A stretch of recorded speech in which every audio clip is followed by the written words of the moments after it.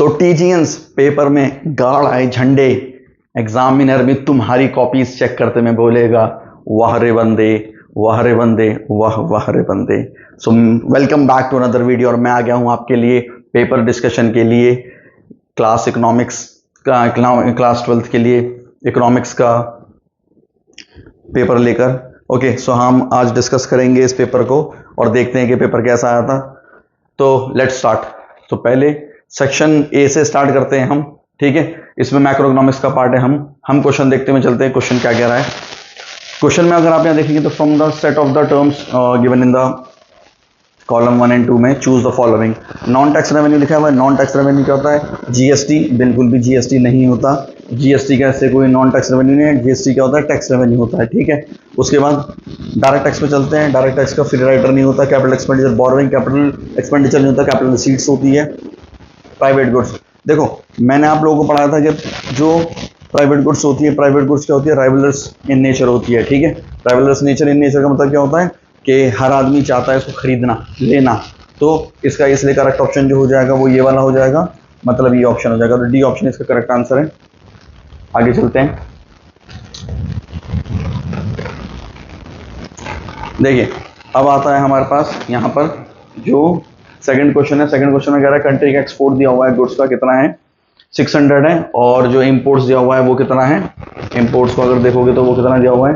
वो दिया हुआ है 450। तो बैलेंस ऑफ ट्रेड, इसमें बैलेंस ऑफ ट्रेड का जो अगर फॉर्मूला देखते हो, बैलेंस ऑफ ट्रेड का जो फॉर्मूला होता है वो हमारे पास क्या होता है? वो होता है हमारे पास एक्सपोर्ट्स माइनस इंपोर्ट्स, ठीक है। Exports minus imports. तो एक्सपोर्ट कितना है यहाँ पर? 600 है। यहाँ पे 450, इनको सब्ट्रैक्ट कर लो तो आपके पास क्या आ जाएगा? सरप्लस आ जाएगा, क्योंकि एक्सपोर्ट क्या है? बड़ा है इसमें इंपोर्ट से, तो क्या आ जाएगा? ये आंसर आ जाएगा। तो बी ऑप्शन इसमें करेक्ट आंसर है। तो नेक्स्ट चलते हैं। इसमें कह रहा है कमर्शियल बैंक का which of the following the statement is correct. Correct के लिए कह रहा है तो डिपॉजिट जो हम रिसीव करते हैं, लाइबिलिटीज होती है, ये करेक्ट है, बिल्कुल ठीक है।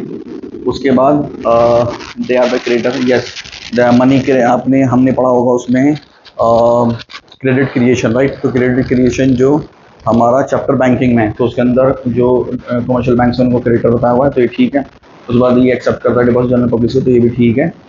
और दे एक्सेप्ट डिपॉजिट, नहीं ये गलत है।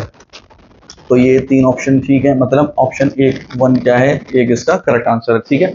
आगे चलते हैं, आइए। अब देखिए ऑप्शन अगर 4 पे देखते हैं क्वेश्चन पे, तो 4 क्वेश्चन पे क्या कह रहा है यहाँ पर कि यहाँ पर ये एवरेज प्रोडक्शन कंज्यूम दे रखा है आपको, ये और नेशनल इनकम दिया हुआ है। तो एपीसी का फॉर्मूला क्या होता है? एपीसी का जो फॉर्मूला होता है वो होता है कंजम्पशन अपॉन इनकम। तो यहाँ पर एपीसी जो है वो दे रखा है 0.8 और कंजम्पशन इनकम दी हुई है 4000 और एक कंजम्पशन दी हुई है। तो यहाँ से कंजम्पशन क्या आ जाएगी? यहाँ से क्रॉस मल्टीप्लाई कर लीजिए, 3200 आ जाएगा। और क्या निकालना है? सेविंग निकालनी है। सेविंग क्या होती है?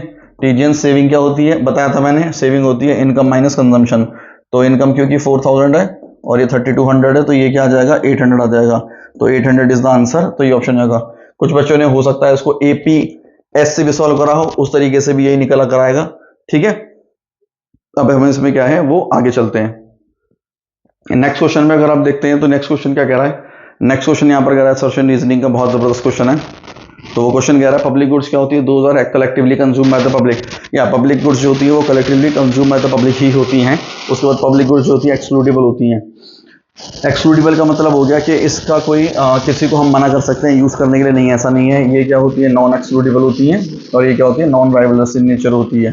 तो इसमें ये हमारा ठीक है, ये इसमें गलत है। तो असर्शन हमारा करेक्ट है और रीजन हमारा फॉल्स है। तो इसमें सी ऑप्शन हो जाएगा, ठीक है। आगे चलते हैं। करते रहिए, शाबाश करते रहिए, अपने आंसर्स मैच करते रहिए और खुश होते रहिए। चलते हैं, बहुत अच्छा क्वेश्चन है। क्वेश्चन क्या कह रहा है यहाँ पर कि सपोज द सेविंग कर्व दे रखा है, सेविंग कर्व का इंटरसेप्ट दे रखा है, मतलब सेविंग कर्व है यहाँ पर हमारे पास, वो यहाँ से कट करते हुए जा रहा है। तो यहाँ पर जो सेविंग कर्व का इंटरसेप्ट है वो -50 में।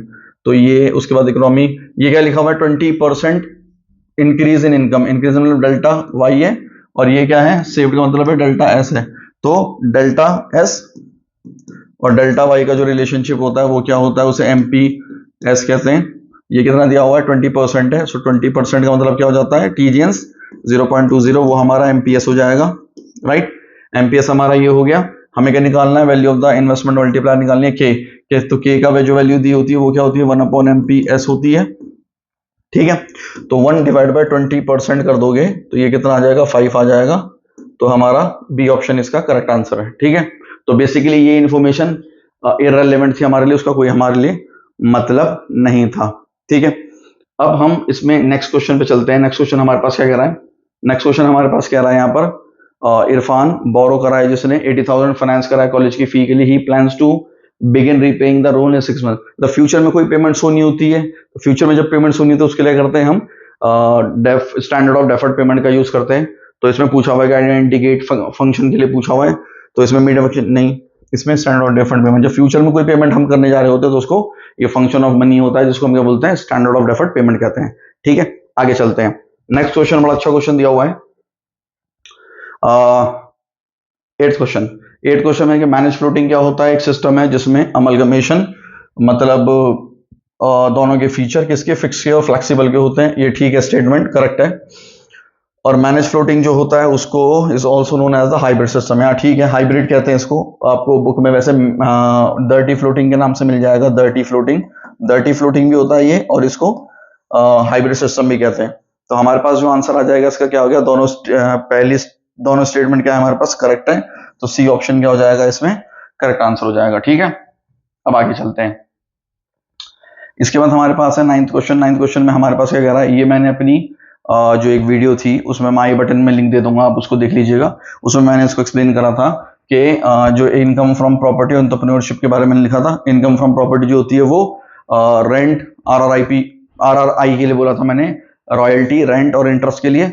और जो इनकम फ्रॉम प्रॉपर्टी है, एंटरप्रेन्योरशिप है, वो प्रॉफिट होता है, मैंने इसमें बताया था। और ये मैंने एक मेरी वीडियो रही है जिसमें मैंने वैल्यू एडेड मेथड और इनकम मेथड को एक्सप्लेन करा है, वो उसमें आई बटन में यहाँ पे लिंक दे दूंगा, आप उसको देख सकते हैं। ठीक है, अब चलते हैं। तो प्रॉपर्टी ओल्ड एज पेंशन नहीं होता, ये ठीक है। मिक्स इनकम का रेंट फ्री अकोमोडेशन से नहीं है, क्योंकि रेंट फ्री अकोमोडेशन तो कंपनसेशन ऑफ एम्प्लॉय का पार्ट होता है, wages and salary in kind. और कंपनसेशन ऑफ एम्प्लॉय जो है इंटरेस्ट ऑन कैपिटल नहीं, इंटरेस्ट ऑन कैपिटल किसका पार्ट है, वो प्रॉपर्टी का पार्ट है। तो इसमें यही हमारा बी है, ये सही ऑप्शन है। ठीक है, इसमें आगे चलते हैं हम। अब देखिए 10th क्वेश्चन है करंट अकाउंट का। अगर बैलेंस देखते हैं, बैलेंस ऑफ पेमेंट में, तो करंट अकाउंट का क्या होता है, export of goods are record in the exports. क्योंकि एक्सपोर्ट से क्या होता है, हमारे पास पैसा आता है, तो वो ये ठीक है, क्रेडिट आइटम में होता है। इंपोर्ट से क्या है, पैसा जाता है, तो यहाँ आता है, ये भी ठीक है। इसके बाद करंट ट्रांसफर पेमेंट्स, हाँ ट्रांसफर पेमेंट से डेबिट में आएगी। रिसीट्स किसमें, डेबिट नहीं, ये गलत है क्योंकि ये क्रेडिट माननी चाहिए क्रेडिट में। तो हमें क्या बताना था, यहाँ इनकरेक्ट बताना था। तो हमारा D option is the right answer. उसके बाद आगे चलते हैं। इसमें कह रहा है हमारे एमसीक्यूज आप देख लीजिएगा कि किस बच्चे के सही हैं किसके गलत हैं। ठीक है, अब यहाँ पे देखते हैं। The government had launched Incredible India campaign to promote the tourism in the various parts of the country. तो इसमें एलैबोरेट करना है impact of the foreign exchange. देखिए, अगर इंडियन गवर्नमेंट ने क्या करा है, इसको प्रमोट करा है आगे, ठीक है, इसको, तो उसके लिए क्या होगा, टूरिज्म को प्रमोट करा है, तो बाहर से क्या है, लोग यहाँ पर आएंगे, मतलब इंटरनेशनल सेल्स जो है इंडिया की वो बढ़ेगी। इसका मतलब है कि एक्सपोर्ट बढ़ेगा, तो इसका मतलब है जो फॉरेन करेंसी वो इंडिया के पास आएगी, डॉलर भारत के पास आएगा। तो ये एक बैलेंस ऑफ पेमेंट पे क्या है, पॉजिटिव इंपैक्ट डालेगा, और फॉरेन एक्सचेंज का है स्ट्रॉन्ग होगा हमारा। तो इसमें ये आपको एक्सप्लेन करना था। ठीक है, ये 3 मार्क्स का था। इस तरीके से आपको दोनों के इंपैक्ट बताने थे, फॉरेन एक्सचेंज पे भी और बैलेंस ऑफ पेमेंट पे भी। बैलेंस ऑफ पेमेंट हमारा पॉजिटिव होगा, क्रेडिट साइड बढ़ेगी क्योंकि हमारे पास पैसा क्या है, आ रहा है। अब देखिए, एक क्वेश्चन था हमारे पास, सक्षम जो है वो ओन करता है मैन्युफैक्चरिंग फैसिलिटी जहां माइक्रोचिप्स यूटिलाइज हो रही है। क्या बना रहे हैं इससे हम बना रहे हैं इलेक्ट्रॉनिक डिवाइसेस बना रहे हैं, computer, smartphones. Statement refer to the intermediate. तो इसमें इंटरमीडिएट गुड्स क्या है, अगर आप देखेंगे इंटरमीडिएट गुड्स और फाइनल गुड्स। देखिए, इंटरमीडिएट गुड्स जो हो जाएगी इसमें वो क्या हो जाएगी, जो माइक्रोचिप्स हो जाएंगी, क्योंकि इंटरमीडिएट गुड्स क्या होती हैं, जो final consumption, final expenditure, final goods को बनाने के लिए क्या हेल्पफुल होती है, वो क्या होती है, इंटरमीडिएट कंजम्पशंस या इंटरमीडिएट गुड्स होती हैं। ठीक है, और फाइनल गुड्स की बात करते हैं यहाँ पर, जो प्रोडक्शन बनकर आ रहा है। तो इलेक्ट्रॉनिक डिवाइसेस जो हमारा हो जाएगा, इलेक्ट्रॉनिक डिवाइसेस जो हो जाएंगी हमारी, वो क्या हो जाएंगी यहाँ पे, वो हमारी यहाँ पर क्या हो जाएंगी, फाइनल गुड्स हो जाएंगी। ठीक है, जिसमें क्या आ रहा है, कंप्यूटर एंड स्मार्टफोन्स। तो इसमें जो लिखने का तरीका था वो ये था कि सबसे पहले आप ये बताएंगे कि इंटरमीडिएट गुड्स क्या होती है, फाइनल गुड्स क्या होंगी, एक एक नंबर इसका हो जाएगा। और इस एग्जांपल के पॉइंट ऑफ व्यू से हमें ये बताना था कि ये और ये इंटरमीडिएट गुड्स में और फाइनल गुड्स में आनी है। ठीक है, सिंपल सी चीज लेकर चलनी थी, कुछ ज्यादा वो नहीं था, बहुत इजी क्वेश्चन ही आया हुआ था। इसका और वाला पार्ट एक बार हम देख लेते हैं तो हमें और समझ आ जाएगा कि क्या है। देखिए न्यूमेरिकल दे दिया है सीबीएसई ने 3 मार्क्स का यहाँ पे, तो इसमें क्या निकालना है यहाँ पर देखेंगे तो एनवीए एट एफसी निकालना है। ठीक है, ऑपरेटिंग सरप्लस ये सब चीजें दी हुई हैं, तो इस न्यूमेरिकल को मैं आपको बता ही देता हूँ सॉल्व करके कि किस तरीके से होना चाहिए ये।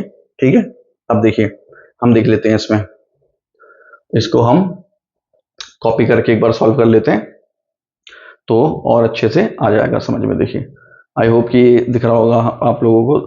ठीक है, अब देखिए इसमें किस तरीके से है, अब देखिए ये करने का तरीका किस तरीके से है कि इसमें अगर आप देखेंगे तो ये क्या है, यहाँ पर ऑपरेटिंग सरप्लस है। पहले हमें फैक्टर्स देखने किस किस के दिए हुए हैं। देखिए सेल्स दिया हुआ है यहाँ पर, उसके अलावा परचेस ऑफ रॉ मटेरियल है, इंक्रीज ये दिया हुआ है। ठीक है, ऑपरेटिंग सरप्लस दिया हुआ है लेकिन उसके सारे कंपोनेंट तो है ही नहीं, कॉम्पनसेशन एम्प्लॉय नहीं है, ऑपरेटिंग सरप्लस नहीं है। चलो mix income of self employed तो कई बार दिया नहीं होता है, तो लेकिन फिर भी हमारे पास कंपनसेशन एम्प्लॉय तो दिया होना चाहिए, वो नहीं है।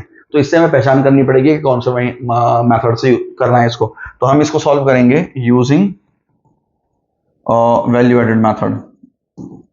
आई होप आपको समझ आ रहा होगा, मैंने अपनी वीडियो में इसको समझाया है न्यूमेरिकल्स ऑन नेशनल इनकम, मैं आई बटन में लिंक दे दूंगा, उसको आप देख लीजिएगा। राइट, तो यूजिंग वैल्यू एडेड मेथड, तो उसमें अगर हम देखते हैं तो फॉर्मूला हमारे पास क्या होता है, जो एनवीए एट एफ जो हमारे पास जो फॉर्मूला होता है जीवीए एट एमपी का, जीवीए एट एमपी का जो फॉर्मूला होता है, जिसको हम जीडीपी एट एमपी भी बोलते हैं, फॉर्मूला होता है value of output minus intermediate consumption. Value of output का फॉर्मूला क्या होता है, राइट, बिल्कुल ठीक, sales plus change in stock और माइनस इंटरमीडिएट कंजम्पशन क्या हो जाता है हमारे पास, परचेजेस हो जाती है। ठीक है, अब इसमें देख लेते हैं हम, हमारे पास सेल्स जो दी हुई है वो कितनी है 10,625, और हमारे पास जो चेंज इन स्टॉक है उसको अगर आप देखेंगे तो 600 है, और जो परचेजेस दी हुई है हमारे पास, परचेजेस कितनी है, परचेजेस है, तो पहले इसको और इसको माइनस कर लेंगे तो आप ये आपका 8,000 तो ये आ जाएगा, ये प्लस कर लेंगे तो 8600 इसमें ये आ जाएगा, this will be in crores. ठीक है, ये आ गया। उसके बाद हमें क्या निकालना है, NV8 एट FC निकालना है, और हमारे पास ज्यादा हुआ है GV8 FC, GV8 MP निकल चुका है। ठीक है, तो आपको अच्छे से करते हुए चलना है। अब इसको कंपेयर कर लेते हैं, अगर कंपेयर करेंगे तो G से नेट पे जाएंगे तो वो क्या होता है हमारा consumption of fix capital, that is depreciation. उसके अलावा V और A से में MP से FC पे जाएंगे, MP क्या है हमारा मार्केट प्राइस, उससे FC पे जाएंगे, FC क्या हो जाएगा हमारा फैक्टर कॉस्ट हो जाएगा। तो उसके लिए हम क्या करते हैं, यहाँ पर माइनस करते हैं NIT क्या होता है, IT माइनस सब्सिडीज। ठीक है, अब देखिए यहाँ पर चलेगा, ये कितना है 8600, डेप्रिसिएशन कितना है हमारे पास, डेप्रिसिएशन दे दिया हुआ है 500, और ये कितना है हमारे पास, अगर आप देखेंगे तो IT और ये 1200 माइनस 400, तो ये कितना आ जाएगा 8600 माइनस 500 माइनस 800, तो इनको हम 1300 बन गया, ये इसमें से कर देंगे तो हमारे पास क्या आ जाएगा ₹7300 करोड़ आ जाएगा। आई होप कि आप लोगों को ये समझ आई होगी बात कि हमने इसको किस तरीके से करा है। ठीक है, अब आगे और चलते हैं इसमें। अब देखिए जो नेक्स्ट वाला हमारे पास क्वेश्चन है वो क्या है, significant proportion of the subsidies on fertiliser was a key component of the ये, मतलब फर्टिलाइजर गवर्नमेंट अगर दे रही है, तो गवर्नमेंट अगर फर्टिलाइजर इसमें दे रही है स्टेटमेंट से, तो कह रहा है nature of the government expenditure. Government के एक्सपेंडिचर के दो टाइप होते हैं जो गवर्नमेंट बजट में हमने पढ़ा है। एक होता है हमारे पास जिसे हम बोलते हैं रेवेन्यू एक्सपेंडिचर, एक होता है कैपिटल एक्सपेंडिचर। तो रेवेन्यू एक्सपेंडिचर जो होता है वो होते हैं लगातार होने वाले खर्चे जो होते हैं, और जो कैपिटल साधारण भाषा में, और जो कैपिटल एक्सपेंडिचर होता है बड़े खर्चे, एक तरीके से समझ लीजिए। तो ये लगातार होने वाले खर्चे, अगर आप इनको देखोगे तो ये लगातार होने वाले खर्चे हैं। तो ये क्या हो जाएगा, ये रेवेन्यू एक्सपेंडिचर है, और इसका ऑब्जेक्टिव क्या है कि गवर्नमेंट प्रमोट करना चाह रही है किसको, फार्मर के ऊपर होने वाले खर्चों को, तो फार्मर को की इनकम को बढ़ाना चाह रही है। ठीक है, ये हो गया। उसके बाद आगे चलते हैं, हमारे पास जो क्वेश्चन है वो ये वाला, इसको देख लेते हैं, ठीक है। सॉल्व, क्योंकि सॉल्व करने का है तो इसको सॉल्व करके देख लेते हैं कि किस तरीके से होगा। आइए, ये क्वेश्चन 4 मार्क्स का आया हुआ है हमारे पास, तो हम इसको देख लेते हैं। देखिए, जो ये क्वेश्चन है इसके अकॉर्डिंग अगर चलें हम, तो हमारे पास क्या आएगा कि हमारे पास सी दी हुई है 200 प्लस 0.75, ठीक है। और हमारे पास क्या निकालना है, हमें निकालना है इक्विलिब्रियम लेवल ऑफ इनकम निकालना है, और एक्सपेंडिचर दे रखा है। तो हमारे पास जो AD इक्वल्स टू, क्योंकि क्या होता है AS होता है, ये किस पर होता है, इक्विलिब्रियम पर, ठीक है, इक्विलिब्रियम पर, राइट। अब आगे बताइए AD क्या होता है, राइट, हाँ ठीक बताया, C प्लस आई होता है, और जो AS होता है उसको Y बोलते हैं। तो C जो हो गया वो क्या हो गया 200 प्लस 0.75 हो गया, और जो I हो गया वो कितना हो गया, वो 4000 हो गया, ये Y है। इसको बोलेंगे, चल भाई चल यहाँ आ जा, तो ये बेचारा यहाँ चला जाएगा, 0.75 हो गया, और इसमें इसको ऐड कर देंगे तो 4200 हो गया। तो हमारा यहाँ पर इन दोनों को माइनस करेंगे, देखिए इन दोनों को जब सब्ट्रैक्ट करेंगे हम, तो हमारे पास क्या आएगा 0.25 Y आ जाएगा, और अगर इसको लेकर चलेंगे तो ये कितना आ जाएगा 4200 आ जाएगा, राइट। अब जो बच्चा अच्छा बच्चा जानता है इसको किस तरीके से डिवाइड करना है, उसके आ गए मजे, अदरवाइज बच्चा यहाँ पे फंस सकता है, ठीक है। इसको मैं सिंप्लीफाई कर देता हूँ, जो बच्चे नहीं जानते हैं उनके लिए बता देता हूँ। 24 डिवाइड बाय 100 यहाँ करेंगे, ठीक है, ये और ये कट जाएगा, 4 आ जाएगा, तो 4200 मल्टीप्लाई बाय 4, दैट इज क्या आ जाएगा हमारे यहाँ पर, बताइए 16,800 is the answer in crore. Yes, the answer is crore, so you need to write the crores, ठीक है, वेरी गुड। उसके बाद आगे चलते हैं, फर्स्ट पार्ट हमने कंप्लीट कर लिया, सेकंड पार्ट पर हम चलते हैं। तो सेकंड पार्ट हमारा क्या है, जिसमें हमें क्या कैलकुलेट करना है, टोटल कंजम्पशन। तो सेकंड पार्ट पे चलते हैं। तो C is 200 plus 200 plus 0.75 Y, and the Y has been calculated. कितना कैलकुलेट हुआ है बताइए, शाबाश, कैलकुलेट हुआ है 16,800। 0.75 मल्टीप्लाई बाय 16,800, तो ये 200 हो गया। इसको 75 बाय 100 आप लोग कर सकते हैं, 75 बाय कर सकते हैं, और इसको काटोगे तो 3/4 आ जाएगा, ठीक है, 3/4 आ जाएगा।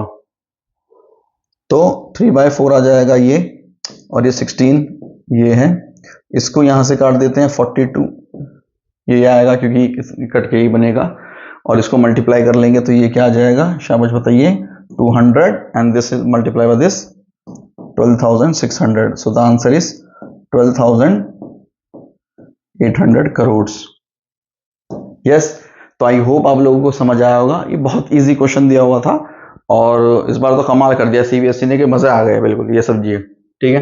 अब आगे चलते हैं, लेट्स स्टार्ट। हाँ, तो अब यहाँ पे चलते हैं। अगर सेविंग हमारी क्या होती है, ज्यादा होती है इन्वेस्टमेंट से, तो ये क्वेश्चन भी कोई टफ नहीं था, ठीक है, ये आसानी से इजीली आप कर सकते थे। आगे चलते हैं।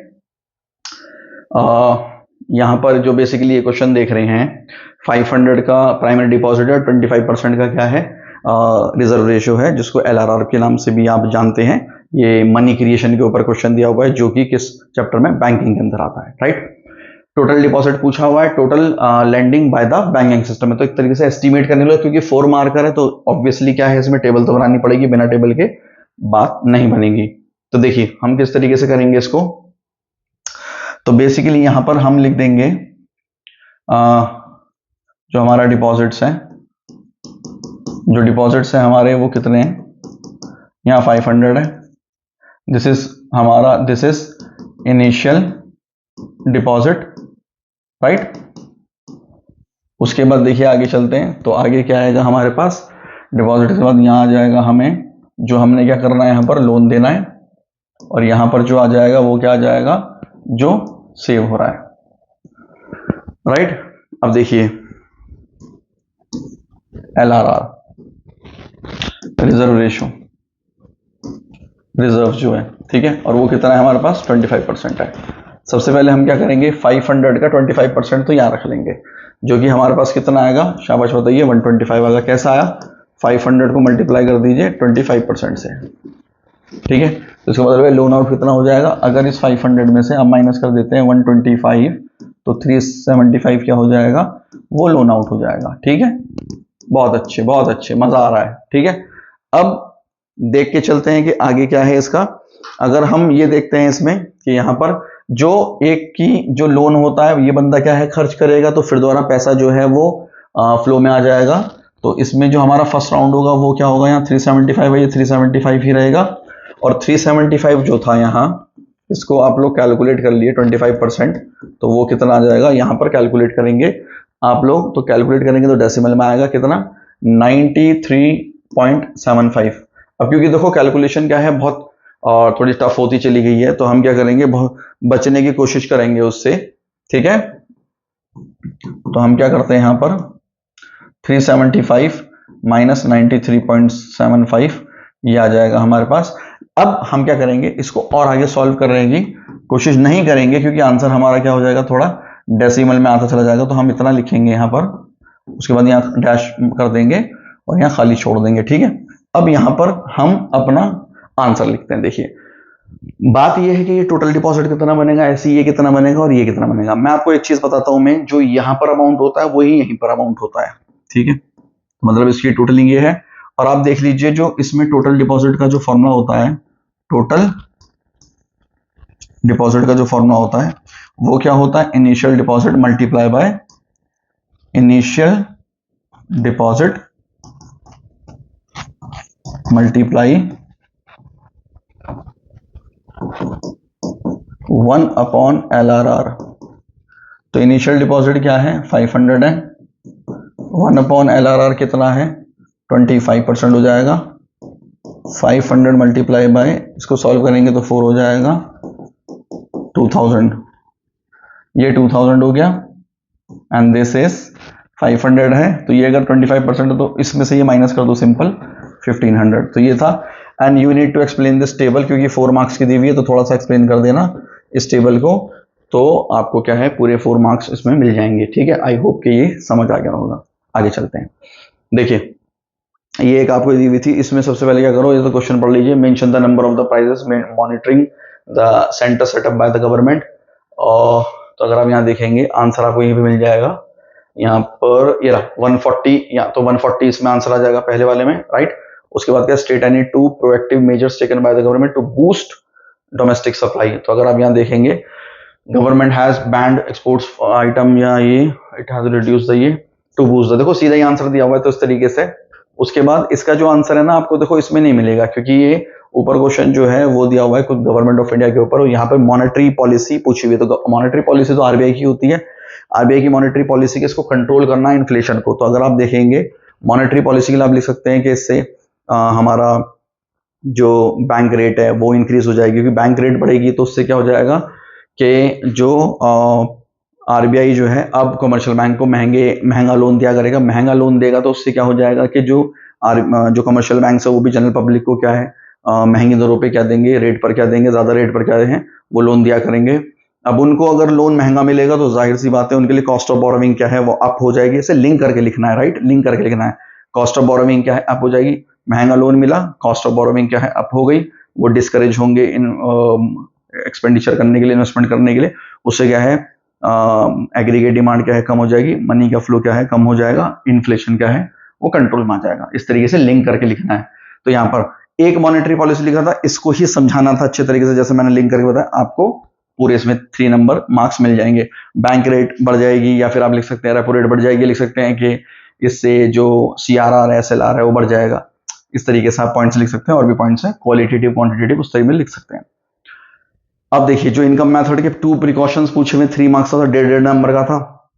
आप मतलब ये कोई मुश्किल क्वेश्चन नहीं है, बिल्कुल इजी क्वेश्चन दिया हुआ है कि इंडिमेंट कंजम्पशन हम नहीं लेते हैं, डबल काउंटिंग हो जाती है क्योंकि, और जो हम इसके अलावा होता है हमारे पास कि जो sale of the second hand goods होता है उसको नहीं लेते हैं, उसकी कमीशन ले लेते हैं, है ना। Value of the imputed value of the house जो है वो हम काउंट करते हैं। बहुत चीजें हैं इसमें आप लिख सकते हो। उसके अलावा क्या है, अगर higher GDP always means higher per capita availability of the ये डिफेंड और रिव्यू इंडेक्स में। देखो अगर हमारे पास जीडीपी बढ़ेगी तो चलो इसमें लिखा हुआ है कि आप यहाँ पर कैपिटा अवेलेबिलिटी क्या है वो ऑलवेज लिखा हुआ है, लेकिन जब आप जीडीपी और इसके वेलफेयर को पढ़ते हो तो जब भी जीडीपी बढ़ती है तो नॉट नेसेसरी कि आपका क्या है वेलफेयर भी बढ़े, ऐसा जरूर नहीं होता है। तो उस पॉइंट्स को एक्सप्लेन करके हमें लिखना था।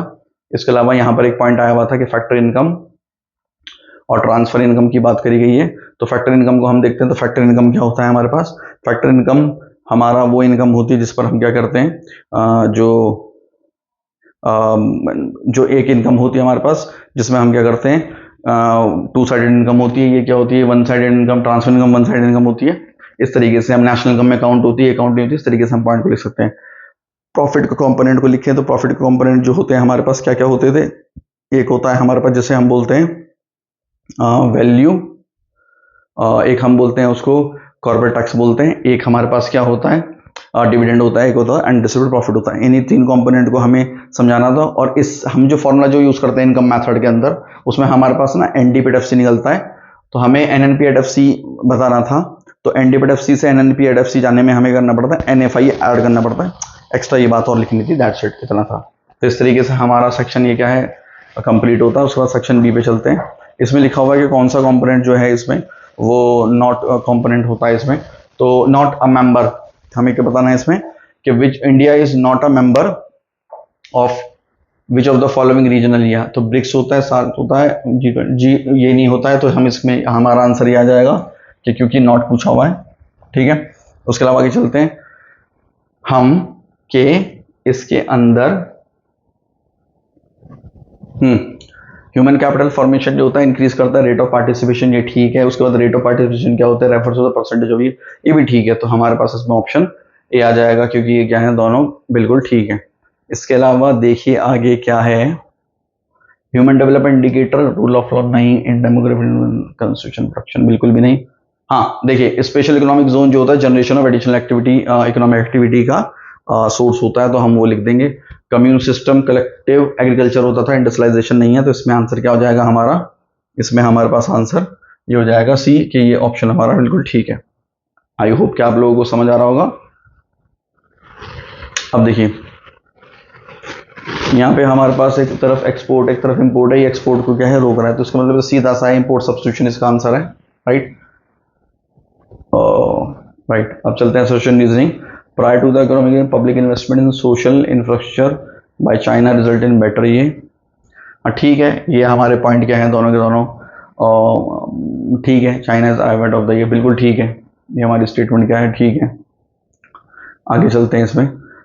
It is short term unemployment occurring as people transit between jobs on the basis, okay, on the basis of the ये हमें इसमें बताना था ये क्या है। तो फ्रिक्शनल अनएम्प्लॉयमेंट इसका आंसर है, बिल्कुल ठीक है, क्योंकि जब एक जगह से दूसरी जगह पे मूव करते हैं तो हमारे पास जो अनएम्प्लॉयमेंट होती है उसको फ्रिक्शनल हम बोलते हैं। ठीक है, तो आगे चलते हैं। इसमें 24th क्वेश्चन है हमारे पास कि हमने इसमें सब्सिडीज का मैक्सिमम नहीं, subsidy maximum of the goods that can be imported नहीं है, मतलब वो आपने पढ़ा होगा कि कोटास के अंदर आता है। लैंड सीलिंग नहीं, लैंड टू द टिल, हाँ ये देखिए जो ऑप्शन दे रखा है ये हमारे पास इसमें ये आ जाएगा कि मॉडर्नाइजेशन जो होता है वो क्या होता है? चेंज इन सोशल आउटलुक होता है। ठीक है, अब चलते हैं आगे। तो इसमें हमारा डी ऑप्शन इसमें आंसर हो जाएगा। आई होप कि आपको अच्छे से समझ आ रही होगी बात। आइए शाबाश, इस पे चलते हैं 25 पे। Very good. देखिए स्टेटमेंट क्या कह रही है, hard workers can be regular होते हैं और क्या होते हैं सैलरीड वर्कर्स होते हैं, कैजुअल होते हैं, ये बिल्कुल ठीक है statement. Regular service major source, no no no, ये रूरल का नहीं होता है, यहाँ पर ये होता है अर्बन का। ठीक है, तो ये हमारी स्टेटमेंट ठीक है, ये हमारी स्टेटमेंट क्या है गलत है। तो यहाँ पर फर्स्ट ऑप्शन हमारा यहाँ पर आ जाएगा। ठीक है, आई होप कि आपको मस्ती के साथ बिल्कुल समझ आ रहा होगा। अब चलते हैं यहाँ पर, ये ग्रेट लीप, ये तो मालूम होगा आपको कि कहाँ पर हुआ था, इंडस्ट्रियल सेक्टर के लिए हुआ था चाइना में। उसके बाद ये देखेंगे तो ये क्या है, धुआं वगैरह निकल रहा है, तो ये इन्वायरमेंटल क्राइसिस है। सिंपल जो इमेज बेस्ड क्वेश्चन आया है। ठीक है, आगे चलते हैं। Cooperative have received a setback during the recent past, justify the, ये तो इसमें क्या था, कोऑपरेटिव्स जो हमारी सोसाइटी से वो किस लिए आई थी, वो एग्रीकल्चर मार्केटिंग को बूस्टअप करने के लिए आई थी, तो इसमें हम इस पॉइंट को एक्सप्लेन कर देंगे। इसके अलावा जो less number of salaried person, इसलिए रूरल में इतनी क्योंकि लिटरेसी का फर्क है दोनों एरिया में, तो उसको हम यहाँ पर उस कंटेक्स्ट में एक्सप्लेन कर देंगे। उसके बाद trace the relationship between the human capital economic growth. तो ठीक है, वो सिंपल क्वेश्चन आया, ह्यूमन कैपिटल ग्रोथ का वो नहीं है इसमें रिलेशनशिप, हम लिख सकते हैं इसका। उसके बाद ये एनसीईआरटी का क्वेश्चन है, describe the path of the development initiative by the Pakistan. इसमें पाकिस्तान की जो भी डेवलपमेंट पाथ रहा है फॉर इकोनॉमिक डेवलपमेंट के लिए, उसे हम क्या है लिख सकते हैं यहाँ पर। ये 4 मार्कर था, एनसीईआरटी का भी क्वेश्चन है। माउंटेन में मिनी हाइडल प्लांट्स जो होते हैं, ये बोला हुआ है क्वेश्चन में cost effective as well as the eco friendly. देखो कॉस्ट इफेक्टिव इसलिए है क्योंकि इसके लिए कुछ अलग से काम करना नहीं पड़ता है। जैसे आपके जो माउंटेन्स रीजन होते हैं उसमें क्या है मिनी हाइडल प्लांट्स को लगा दिया जाता है, तो वो वहीं पे ही यूटिलाइजेशन होता है, एक्स्ट्रा कुछ काम नहीं पड़ता। और ये इको फ्रेंडली इसलिए है क्योंकि इसमें इन्वायरमेंट का कोई नुकसान नहीं होता है, ये नेचर के साथ ही अपना काम करता रहता है, तो अलग से इंपैक्ट नहीं करता। तो अच्छा क्वेश्चन है। एब्जॉर्प्टिव कैपेसिटी के ऊपर क्वेश्चन आया है। तो एब्जॉर्प्टिव कैपेसिटी क्या होती है, देखिए जो भी डिग्रेडेशन होता है उसको एब्जॉर्ब करने की जो ताकत होती है, क्षमता जो होती है, वो एक एनवायरनमेंट के अंदर होती है, ठीक है। तो उसी को ही हम क्या बोलते हैं, एब्जॉर्प्टिव कैपेसिटी कहते हैं। अब देखिए rational between self reliance as a planning objective, बताओ, सिंपल क्वेश्चन है। जीएसटी को क्वेश्चन आया है, जीएसटी के आप जीएसटी को एक्सप्लेन कर सकते हैं और किस तरीके से सिंपलीफाइड टैक्स है ये, इसको भी क्या है एक्सप्लेन कर सकते हैं। इसके 3 अपने पार्ट है, सीजीएसटी, एसजीएसटी और आईजीएसटी दिए हुए हैं। तो ये 4 मार्कर आया हुआ था, तो कोई मुश्किल क्वेश्चन नहीं था। शाबाश, आगे आते हैं। अब देखिए क्वेश्चन पहले देख लेते हैं ऐसे वाले क्वेश्चंस में। Agro startup addresses the critical challenges faced by the agriculture, okay ठीक है। और कमेंट द ये एग्रो स्टार्टअप। तो ये जो क्वेश्चन थे आपको, इसमें अगर देखेंगे तो आपको इसी के अंदर ही आपको इसके सोल्यूशन मिल जाएगा। एग्रो ये है ना, हाउ द एग्रो ये address the critical challenges faced by the agriculture sector. तो इस ये जो पैसेज है कोई बड़ा वो नहीं है, इसी के ऊपर है, क्योंकि पैसेज जो आया हुआ है राष्ट्रीय कृषि विकास योजना के ऊपर आया हुआ है ये, तो इसके ऊपर क्वेश्चन है, तो इसके अंदर ही आंसर दिए हुए थे। अब देखिए एक आपके पास यहाँ पर क्वेश्चन आता है, इसमें ये वैलिड रीजन के साथ ये ट्रू और फॉल्स बताना है। There was a growth in the agriculture sector due to expansion of aggregate area under cultivation during the colonial era. तो growth of the agriculture sector तो हुई नहीं थी कॉलोनियल एरिया में, तो ये क्या है, इसलिए फॉल्स है। इस बार जो ऑब्जेक्टिव है इसका WTO का, वो हमारा रूल बेस्ड है। हाँ तो ठीक है, ऑब्जेक्टिव रूल बेस्ड ही है हमारा, इसमें लाइन लिखी हुई है, इसी लाइन की वजह से ये समझ सकता है, इंपॉर्टेंट है, राइट। इकोनॉमिक ग्रोथ जो होता है which regional disparity was the main goal of the planning। देखो इकोनॉमिक ग्रोथ का क्या रीजनल डिस्पैरिटी होगा, रीजनल इक्वलिटी होगा, तो रीजनल इक्वलिटी तो ये फॉल्स है, ठीक है। तो फॉल्स है, ट्रू है एंड देन फॉल्स है, ठीक है, समझ आ गया अच्छे से, वेरी गुड। उसके बाद और पे देखते हैं हमारा यहाँ क्या कह रहा है, इसमें distinguish between tariff and non tariff barrier के ऊपर बात कर रहा है।